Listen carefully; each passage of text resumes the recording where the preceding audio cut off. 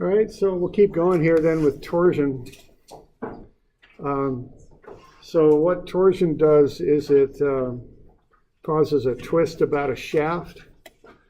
So if you are looking at buying a truck, they talk about torque sometimes. That's torsion. So that's the moment that's created about the center line of the shaft, basically. All right. Let's see here.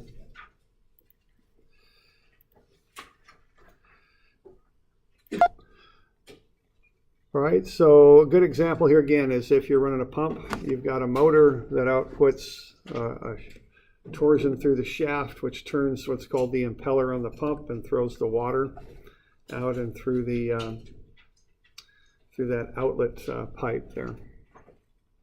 All right, we went over this a little bit on Friday. So the deal is torsion and shear are very much related. Think of gluing a stack of coins together with rubber cement and drawing a horizontal line down this axis of the coins. If you apply a torsion, you'll twist that line up. So you get a little bit of an angle in there. What you're doing is you're twisting each coin a little bit with respect to the one before it. So that twisting action there causes a shear on these little DAs that you would have in that shaft. So if you take the shear stress, multiply it by the DA, you get a force. If you take that force times its offset distance from the center, which we call rho, you'll get a moment about the center of the shaft, which is torsion. If you add up all of those little DAs times the shear on them, you'll get the total torsion in the shaft. All right. So what we got here, we got a couple distances. We got rho and R. R is the distance from the center of the shaft to the perimeter of the shaft. Rho would be a distance from the center of the shaft to any point in the shaft. Okay. So the torsion is a moment. It's a force times the distance. It's a shear stress times the area for the force, rho for the distance. Okay. So this is kind of a relationship that we'll use, at least theoretically. We don't do much with this when we're designing stuff, but that's something to understand there, that relationship between torsion and shear. Right now, if we apply that torsion as we talked about, you'll take this line and you'll roll it up, is what you do, okay? So we take this line right here from C to B, and that'll roll up from C to B prime. That's called the angle of twist, and that's how much the shaft will twist for a given torsion. All right, so notice that angle is constant. If we look at the distance from B to B prime, right there along that arc, that would be bigger than the distance from E to E prime, which covers the same angle but is closer to the center of the shaft, okay? So if we look at that distance, you could take the radius times a radian measure. So it'd be R theta from B to B prime. From E to E prime, it would be rho times d, okay? So the further out you get, the longer that line becomes. So if we take that outer edge of the shaft like a piece of paper rolled around the cylinder and lay out the paper flat on the table, you'll get two triangles. They have the same length. Okay, and that original twist angle was the same, but there'll be a greater angle right here on the outside of the shaft than there will be on the inside of the shaft. So what we're doing there is we're going to take a square, a little element, and when we apply that torsion, that thing will turn into a rhombus, okay? And the shear strain will be right there. You can see that's no longer a square, it's a rhombus. So what we get then is we get a little bit of shear strain. Gamma R, as I call it here. Now geometrically, that's the same angle as this. So that angle represents the shear strain. So notice again that the shear strain is greatest on the edge of the shaft. Okay?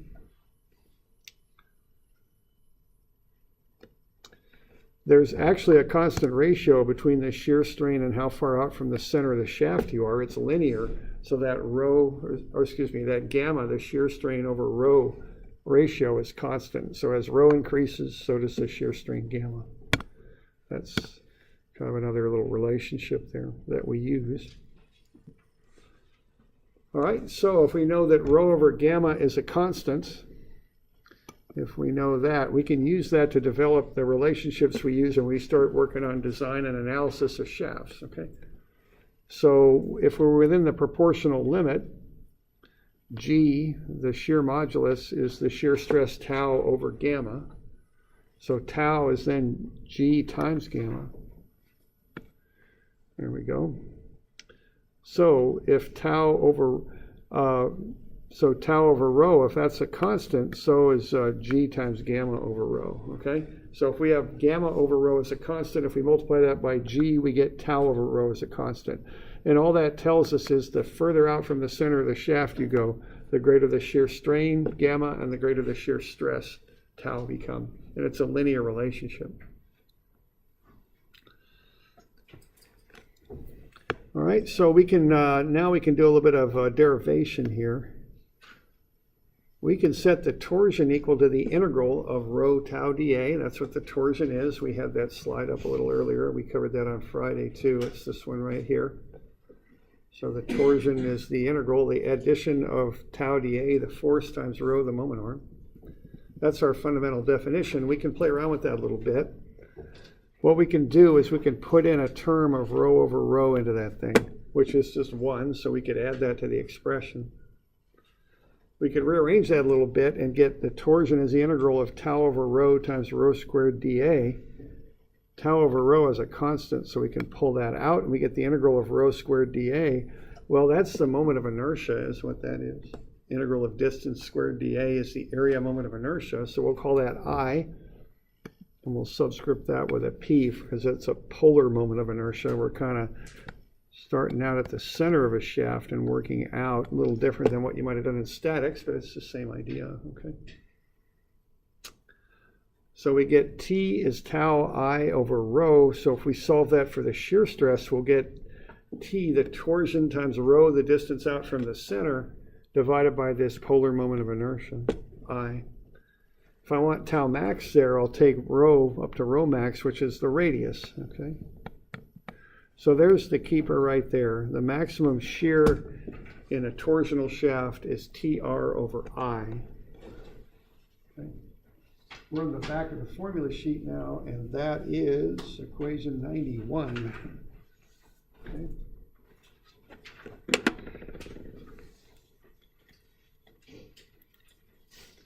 So we got the shear stress is the torsion T times the radius from the center to the outer edge of the shaft divided by I, the polar moment of inertia.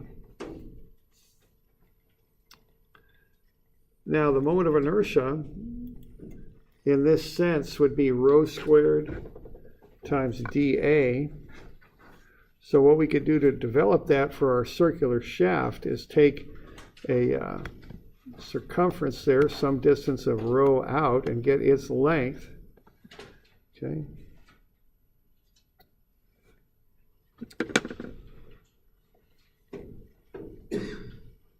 So what we would do then is take rho squared dA. So what we would do is we would take the distance around this circumference, we kind of cut it and lay it out like a rectangle. Its distance would be 2 times pi times whatever rho is. That's like a circumference formula for a distance, for a radius of rho, I guess you'd say. So we'd have rho squared times 2 pi rho d rho. Okay, as we work our way out, we're getting further and further out by a little distance of d rho each time. Okay. So our moment of inertia would be the integral from 0 to the outer edge of the shaft, which would be r of rho squared times 2 pi rho d rho. So we could pull the 2 pi out. The rho squared times rho gets you rho cubed d rho. That's rho to the 4 over 4 times 2 pi. So there's your moment of inertia formula for a circular shaft. It's 2 pi r4 over 4, which is pi r4 over 2. Okay. So that's the moment of inertia of a circular shaft. If we got a hollow shaft, we'd take pi over 2 times r2 outer radius to the 4 minus inner radius to the 4. Okay. So these are keepers too, because we often have circular shafts. So that's equation 94 and 95. So that'll tell us what the moments of inertia of the shafts are.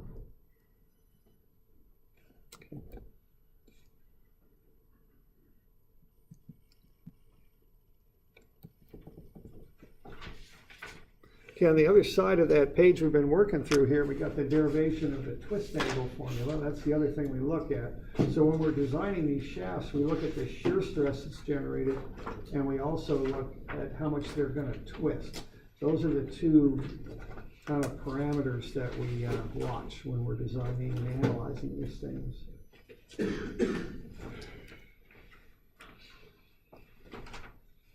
So on 582 there on the right, we've got our basic formula there for gamma. It's that arc distance on the edge of the shaft, r times phi divided by the length of the shaft. We can solve that for phi and get that it's gamma times the length over the radius.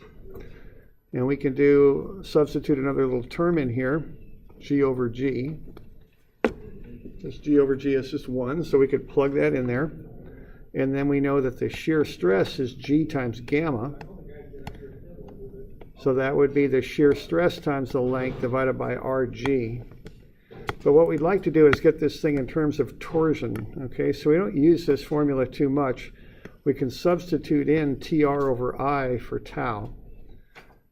Okay, and we'll have a couple r's that cancel, so that'll get us to our formula that we commonly use. So this tells us how much a shaft will twist for a given torsion applied. So the twist angle in the front of the shaft on the cross section is the torsion times the length divided by I divided by G. Okay. So those are the two common formulas you use when you're analyzing these shafts. One for the shear stress that gets built up, and that's equation 91, and the other one that describes how much the shaft will twist, and that's equation 93. Okay. And then also we have these formulas for moments of inertia, which are equations 94 and 95. All right. So that's what we work with when we're analyzing these things.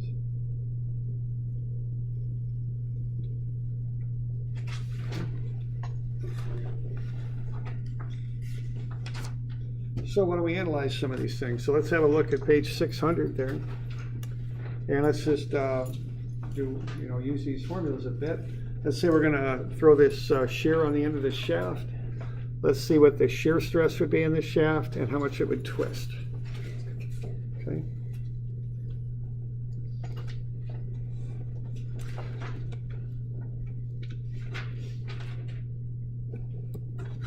All right, now whenever I analyze these shafts, the first thing I want to do is find the moment of inertia. So that's usually where I start. So that's I. And this is a hollow shaft, so that's going to be pi over 2 times the outer radius to the 4, which we call R2, minus the inner radius to the 4, which we call R1. So we'll want to find that moment of inertia first. So we just plug in the values there. Remember to use the radius and not the diameter of the shaft. And then we can run those numbers and see what we got. Okay?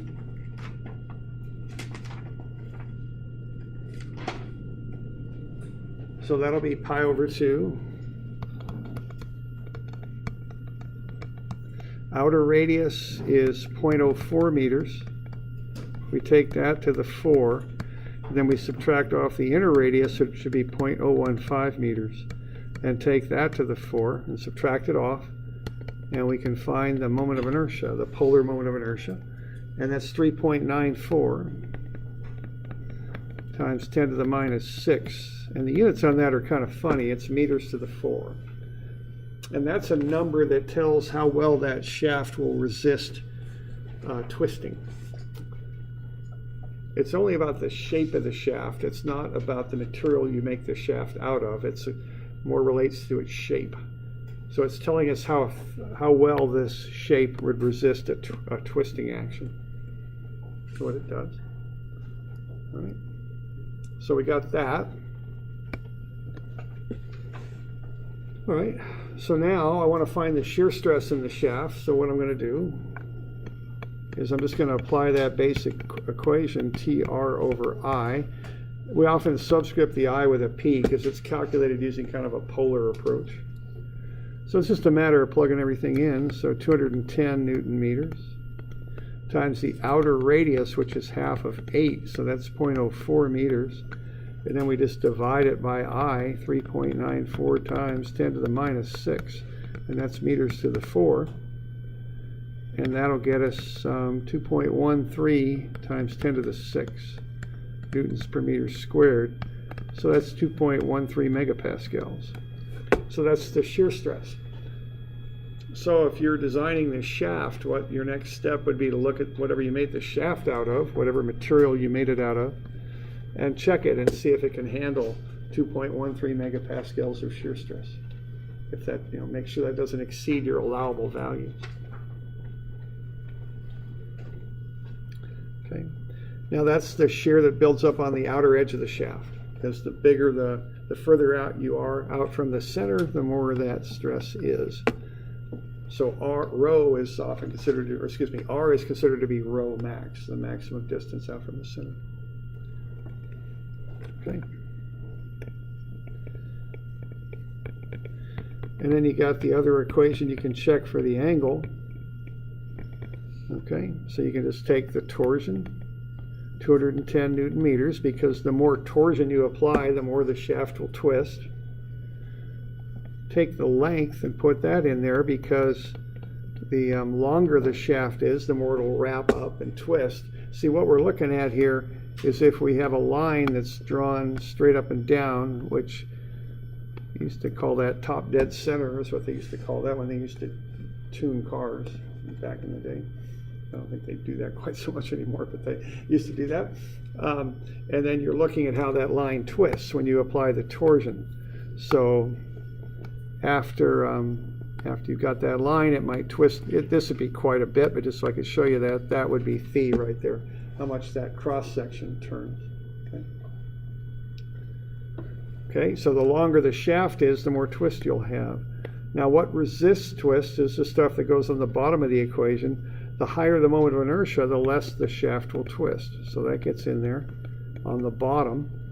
And that's typically a very small number when you calculate it in meters to the 4. And then we'll divide that by the shear modulus, because the shear modulus tells you how stiff the stuff is. When you start applying stresses, it tells you how much it'll deform. Okay? And that's usually a very big number. All right, so when we do all that, we get 0.0207 megapascals. And that's going to equal something on the order of a little bit more than a degree is what that is. That's not megapascals, I'm sorry. That's unitless, it's a radian. There we go, that's radians. So what we would do here is, if you want to know the angle in degrees, because that helps me sometimes, I don't visualize radians very well. I'm a little bit better with degrees. So I got 180 degrees is half a circle, which is equal to pi radians. And that'll be 1.19 degrees. So that shaft is going to twist just a little bit more than a degree. That's what it's going to do.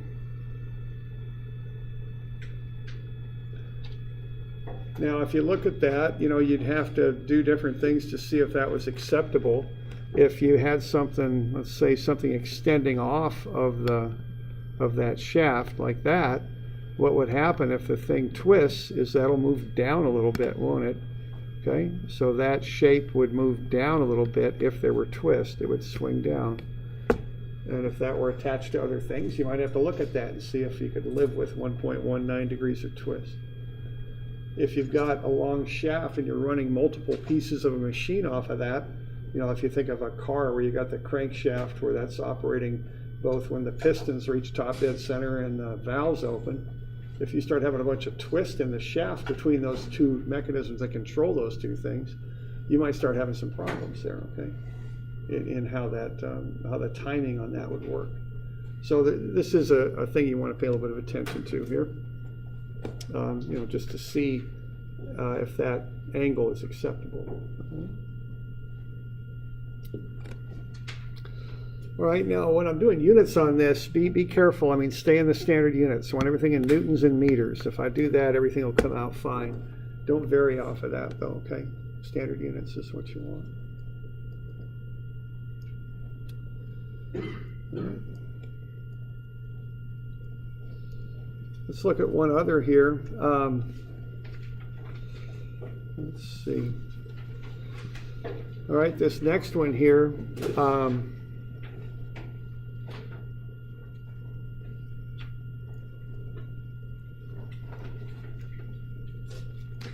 Let's say we've got a shaft, and let's look at this one a little differently here. Let's say that the shearing stress in the shaft can't exceed 160 megapascals. So the shearing stress can't go above that, and the angle of twist can't go above 2.5 degrees. Let's say we've got those parameters there, limiting factors. Okay, and we've got a solid shaft there with a 12 centimeter diameter. Okay, now when I'm doing stuff with shafts, I think of two things. The first thing I think about right at the beginning is finding the moment of inertia. So that's pi over 2 times the radius, not the diameter, to the 4, not to squared, but to the 4. And they're typically very small numbers when you're doing metric. So it's 20.4 times 10 to the minus 6. And that's meters to the 4. Okay. And then the other thing I think about are units. Now I got 2.5 degrees, which is a unit that I'm very comfortable with, but when you're doing these fundamental formulas in strengths and also in dynamics, you want to use radians, not degrees.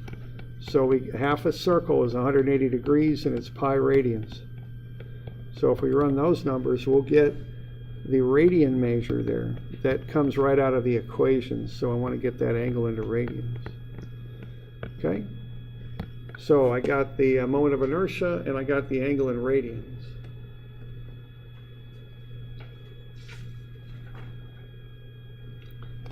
So we're doing all right with that? Okay. So once I got that, what I want to do is I want to look at what's happening here, because I'm given the torsion here, or no, I'm not given the torsion, I want to find it, okay? So what I've got here for shear, I got tau is TR over I. Well, I'll just back solve that for T. So the torsion is the shear times I over the radius.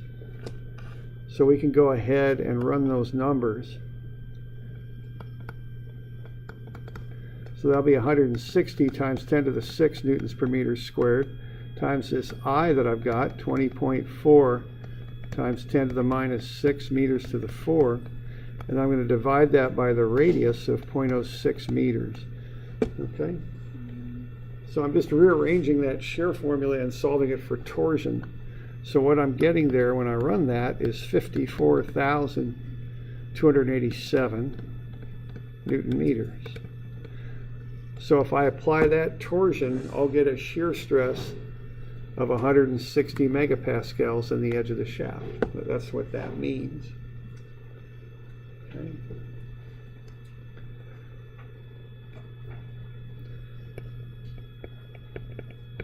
And I can do a similar thing with the angle formula, phi, which is that twist angle. Again, that's on the face of the shaft, on the cross section is where that's at, is TL over IG. So I want to solve that for the torsion, so I'll get phi IG over L. Oops, I should have an equal sign in there. I back solved that, so that equal sign needs to go. There we go, and that equals T. Okay. So phi IG over L is equal to T. So I can go ahead and plug all that stuff in and see what I get out for a torsion. So what do I got here? And I want radians for the angle, so 0.0436 radians. Remember, radians is unitless, right? There's nothing really in there. It's just a ratio is what that is. And then times 20.4 times 10 to the minus 6 meters to the 4, that's I. And then I'll plug G in there, 60 times 10 to the 9 newtons per meter squared. And then I'll divide it by the length, which is 2 meters. And that'll get me the torsion. When I do that, and that's going to come out with 26,648. Okay. So if I apply 26,648 newton meters to that shaft, it will twist exactly 2.5 degrees, which is 0.0436 radians is what it is. So what I got here is I got two different values. I can't exceed either one. Okay, one is for shear stress, the other is for the twist angle. So which one would I go with, do you think? Yeah, go with the low one, right? So if I don't want to exceed either of those values, here's the limit for the angle. So that one governs. I can't go above that because if I do, I'll have too much twist. That's the deal.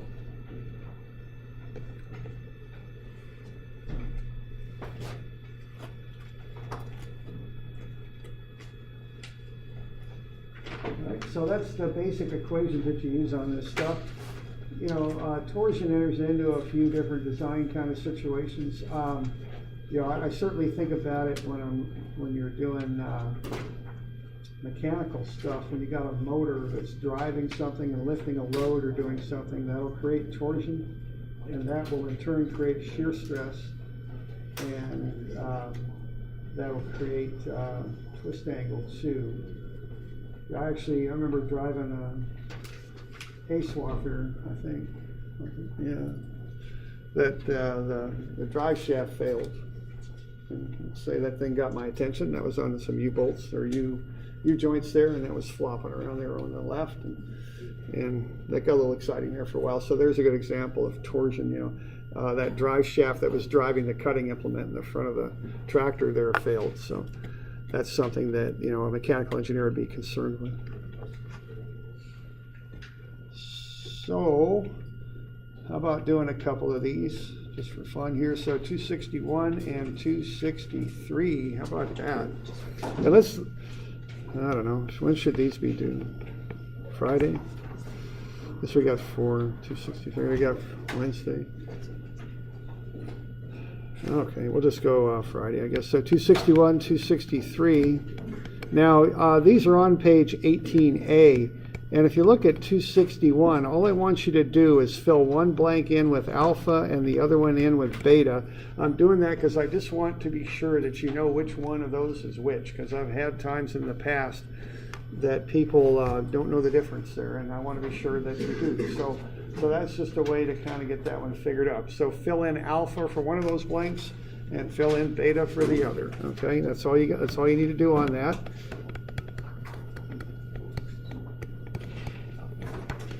And then 263 you can work through. It's kind of like what we just did, okay? So these will be due Friday. And that'll be the 10th. No, will it? I think it will. 8/10, yeah. Okay, there we go.